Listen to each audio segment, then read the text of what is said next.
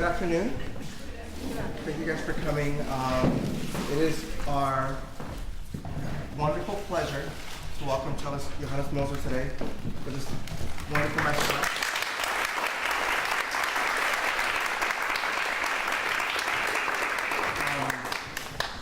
This masterclass has actually been 1.5 years in the making. One of our board members, Grant Palance, told me about this amazing cellist that he had just met, and named Johannes Moser, and he sent me 2 of his CDs, and I was just blown away. As soon as I heard them, I just kept playing them in the office. So we've been in touch with him, and he very generously decided that he let our board member know that he would love to work with our students here at Step when he comes to Boston in a 1.5 years time, and he's just been wonderful to be so generous with this time today. A little bit about Johannes. He's a dual citizen of Germany and Canada. He's performed with all of the world's leading orchestras, and this weekend was his debut with the BSO. For those of you guys who didn't get a chance to catch the concerts, I was there on Friday, and as a cellist myself, not only was I blown away, but just his personality and his playing and his bravura and also his humor. Just as a cellist, I really enjoyed that performance, as I'm sure several of our students got to go and hear him perform as well. So we're really looking forward to having him work with our students today. Johannes is also a very versatile cellist. Not only is he a world-class soloist, he is a very active chamber musician. He's done many recordings, and he's also one of these things I find very fascinating. He does a lot of, he's done a few works on electric cello, so he's very open and intrigued by the possibilities of the cello, including he's a very dedicated educator. He's very committed to education and outreach and cultivating the next generation, and that is just something that we're very lucky to be a part of. So without further ado, I'd like to introduce Johannes Moser. Thank you so much.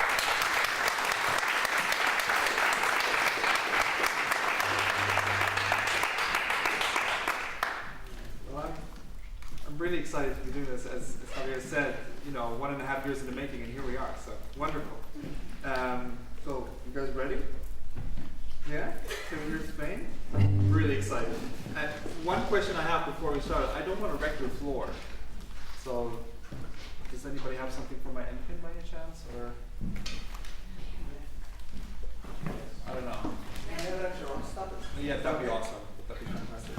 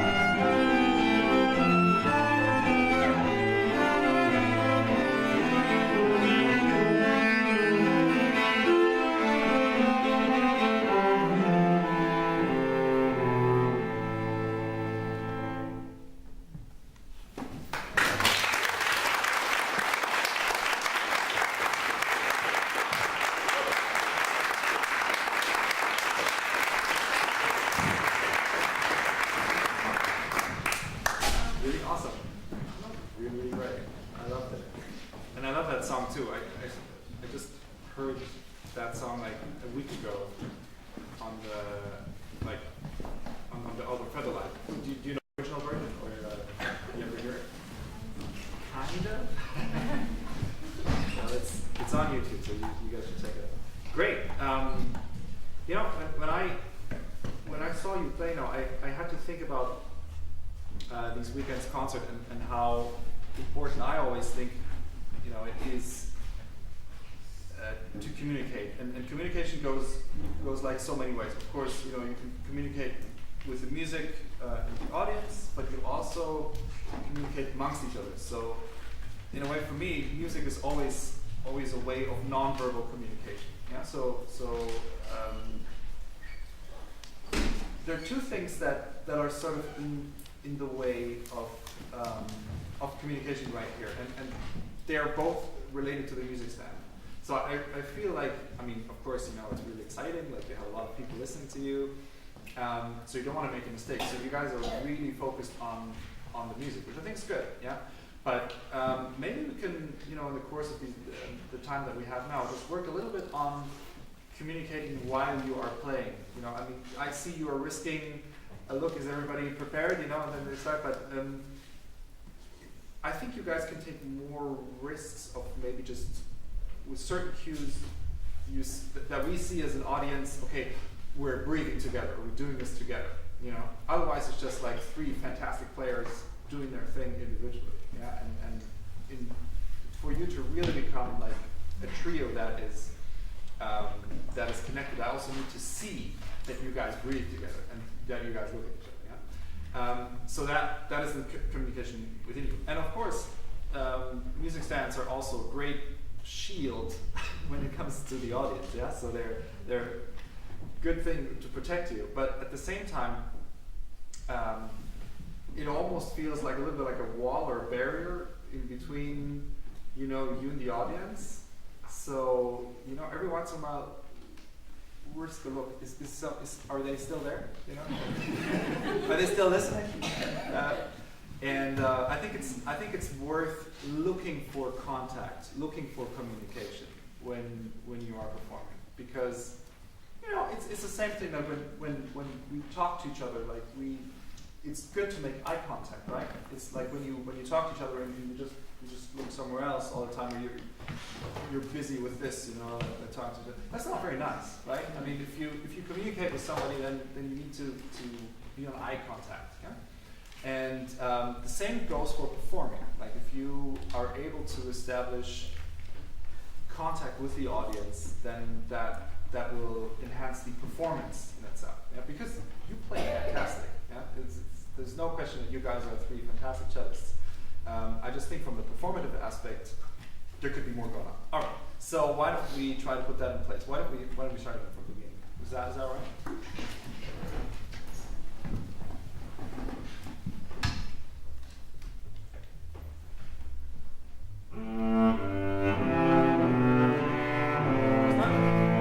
Obviously, cello 2 is starting. Yeah. So would you mind giving us a little bit more of a that we all collectively are like, now we're starting. Yeah. Otherwise, it's like, have they started yet? Oh yeah, they have. Yeah. But no, we're all waiting that it starts, and then it's like, it's in your hands. Responsibility. Yeah? And you two, look what she's doing. And breathe with her.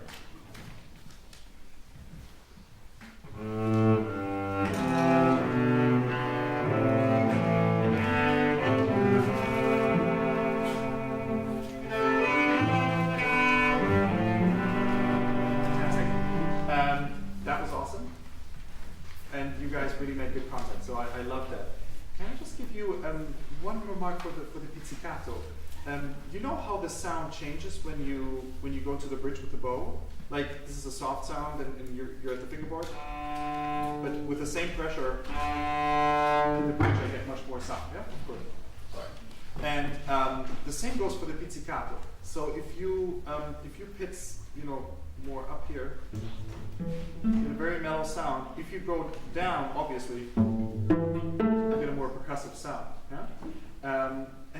because you have two cellos playing with the bow, the pizzicato needs to be just a little bit stronger because you're basically giving the bass sound, yeah, and giving the rhythm.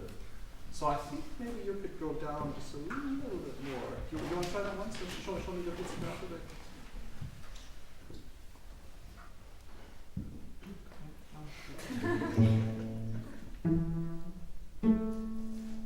That's great. And you know when I play pizzicato, I always like to think that with one push I do, like, I want the whole room to go like, yeah.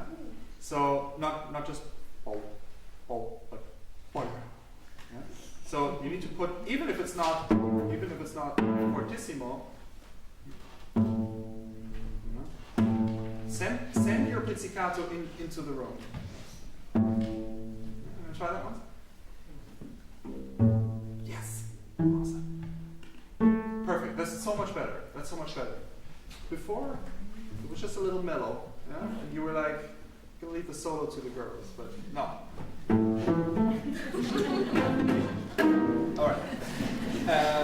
Good. Let's start again from the beginning.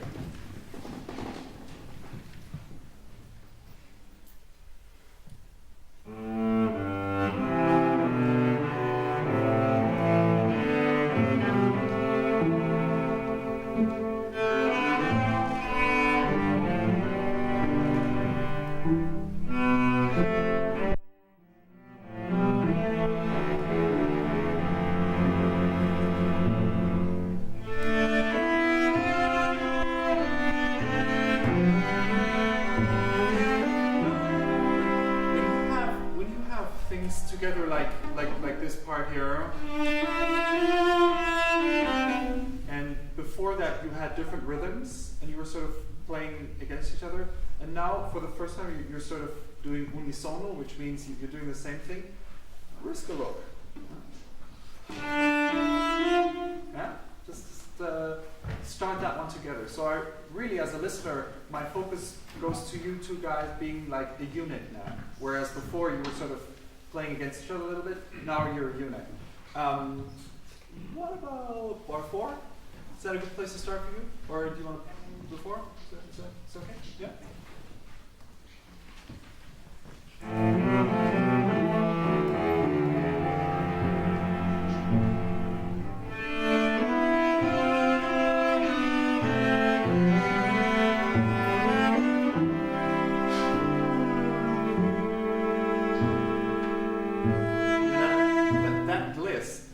Awesome. I think you can bring it out a little bit more, yeah. Because you're so supportive of the first voice before, and then suddenly on the long note, I love that. Yeah. So just bring that out a little bit more. That was really wonderful when you were making contact. There was even a little bit of a smile going on. It's okay to show that you're having a good time. You know, there's nothing wrong with that. Very good. Shall we do bar 4 again? Love the pizzicatos. Really good. Good stuff. Send them out. Send them out. You know, when you play, especially with pizzicato, because pizzicato does not travel as far as bowed notes.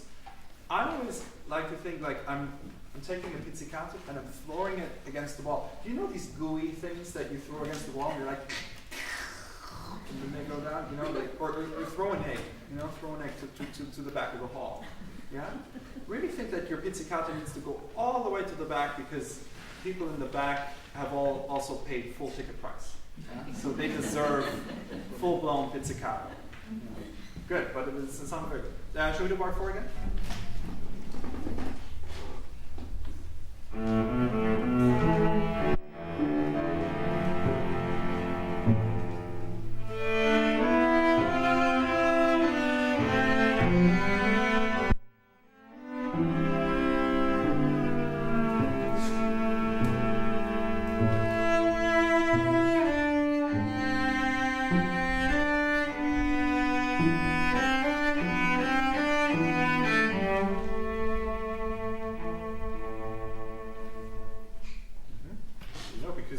Because you have the bass.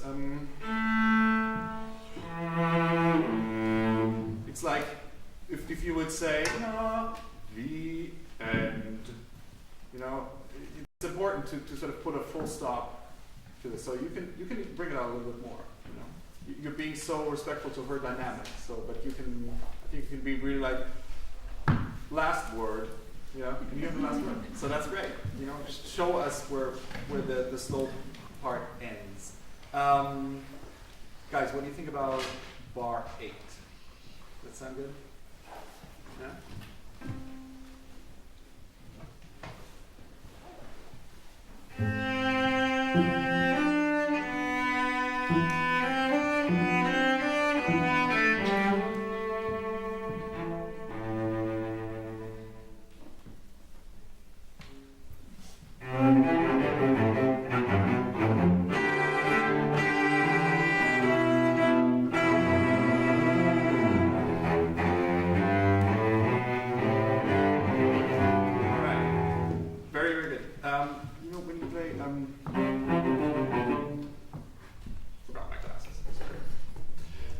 If you have a rest, I really need to hear that rest.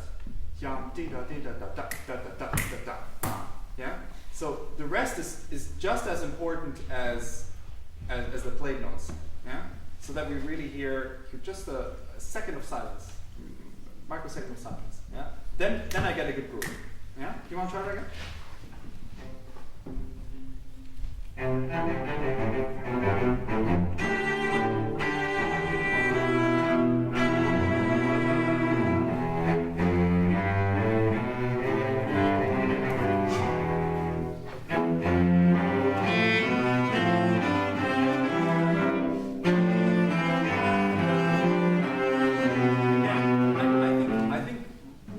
I love rests, just because I'm a lazy guy.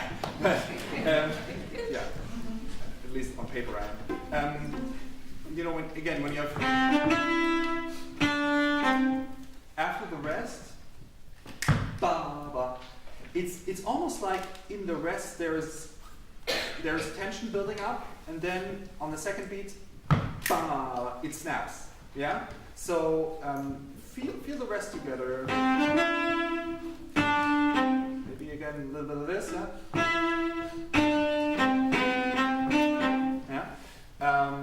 That'll bring more of a groovy, explosive quality to the second beat of bar 23. Yeah. Guys, what's a good place to start? What do you think? Pick up to 16. Great.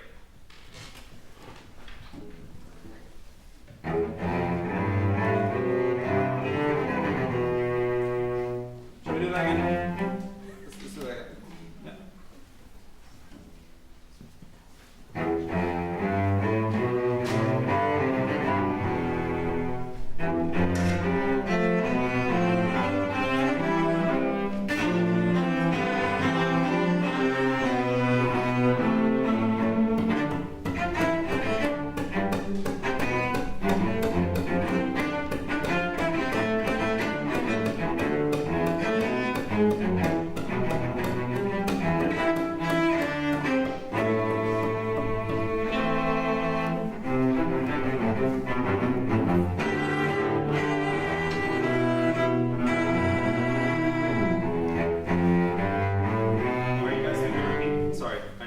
You're doing the repeat? Yeah. Great, fantastic. That was very good. Again, when you have these little rests, and I really applaud you for doing this incredibly complex rhythm so cool today. I mean, it's really fantastic. But I think it could even be even sharper if you, whenever there is a longer rest, that you give it a little bit of an edge, yeah. So don't be too soft. Yeah, but we have a little bit more of a punch there. Section B, and I love the tapping. It's really cool. Fantastic.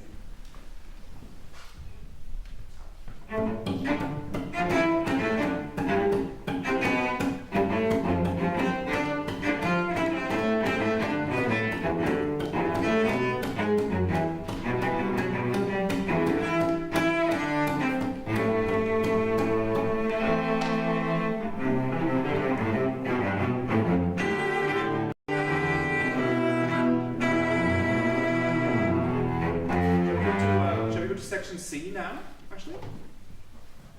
Or was I interrupting you at the wrong place? Because I thought maybe we can go on, not do the repeat, if that's all right. Can we do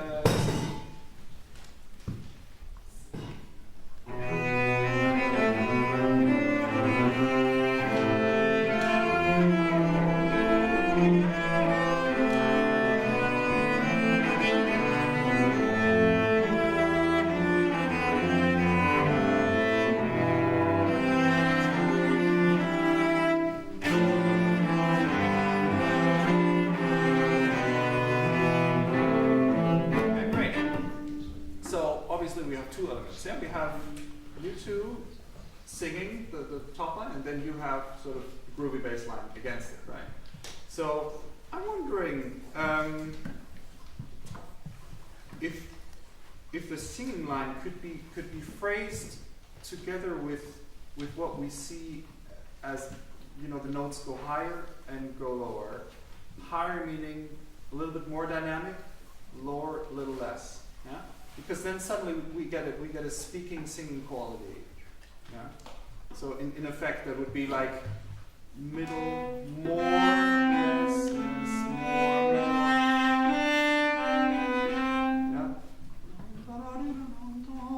That I go with that. So that is never flat. Yeah? Try to phrase with that. Maybe just a little bit slower. And are we doing the upbeat or not? To see. I think we should. Yeah. Just so everybody knows. You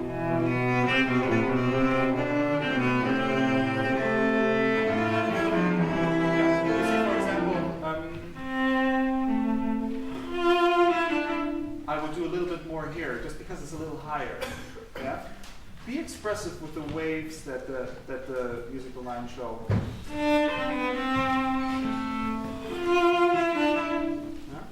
Let's try that as the last thing. Let's start with upbeat to C.